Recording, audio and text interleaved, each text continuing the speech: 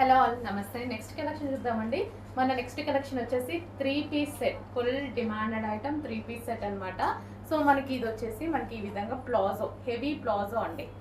హెవీగా మనకి ఇట్లా ప్లాజో వస్తుంది అండ్ ప్లాజోకి ఫ్రంట్ వచ్చేసి వర్క్ ఇచ్చారు. అండ్ అదే విధంగా ఇది 3 పీసెస్ కదా.